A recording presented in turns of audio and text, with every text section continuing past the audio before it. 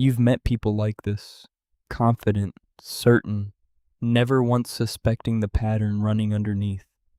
Psychology has been tracking these signs for decades. Most of them don't look like stupidity at all. They look like personality. This isn't a list to make you feel superior. It's a list to make you honest. The mechanism behind every sign here works on everyone, including you, on your worst days. Here's what the research actually found, not the internet meme version. Sign one: certainty that grows as understanding shrinks. The most confident person in the room is rarely the most correct one. And if you've ever noticed that, you've probably also noticed you can't always tell which one you are.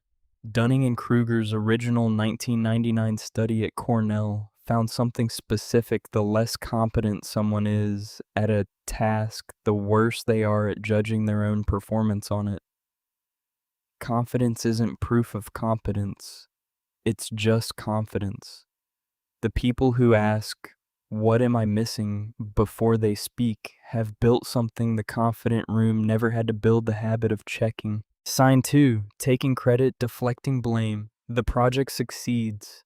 I knew this would work. The project fails: bad timing, someone else didn't deliver.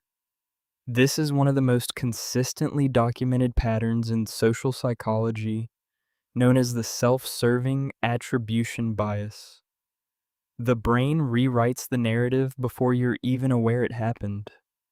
The people who can look at a failure and ask, "What did I specifically miss?" have built a habit most people never bother building.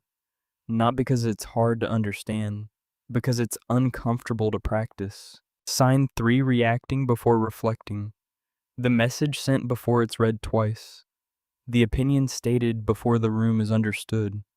Walter Mischel's delayed gratification research at Stanford linked impulse control to long-term outcomes across decades of follow-up. But later research added something important: environment shapes this as much as wiring does. Someone who grew up in high uncertainty didn't learn to wait because waiting often didn't pay off. That's not lower intelligence. That's calibrated survival. The question isn't whether you can wait, it's whether the environment you're in now still punishes it. Sign 4, mistaking familiarity for understanding. Watched a documentary, read 2 articles, now has a fully formed position.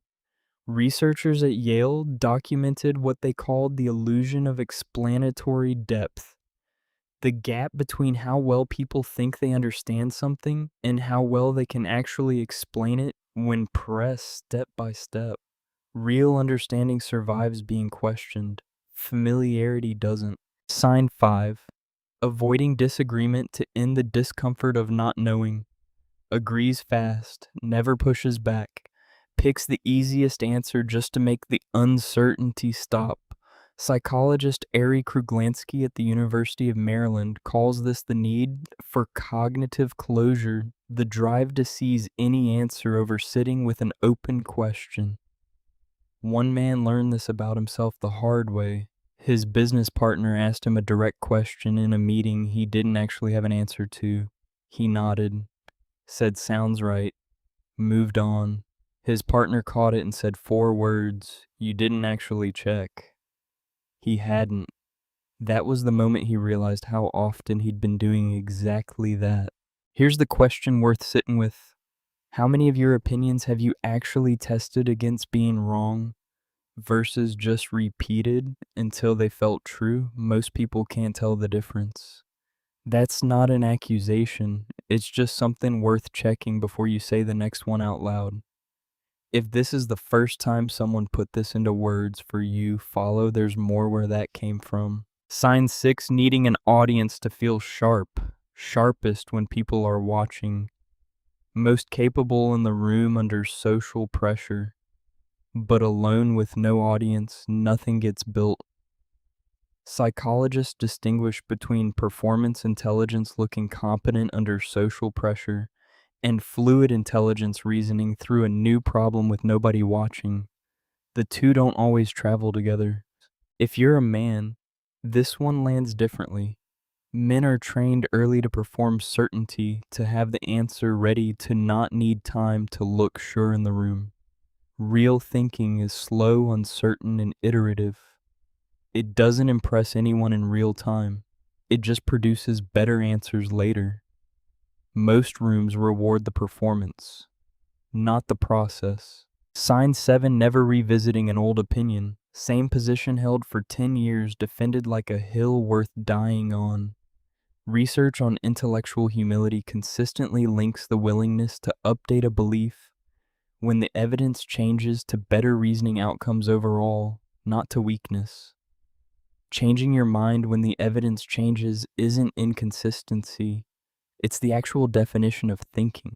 I used to think I was a good listener until someone told me I was already composing my reply while they were still talking. One sentence. It didn't feel like an insult, it felt like getting caught. None of these 7 signs prove anything about anyone's IQ on their own. What they prove is easier to miss that a mind either keeps checking itself or it stops. Intelligence isn't the absence of these 7 signs. It's what you do the moment you catch yourself in one. Which sign did you catch in yourself, not in someone else? Tell me the number. And if someone in your life needs to hear this without you having to say it to them yourself, send them this.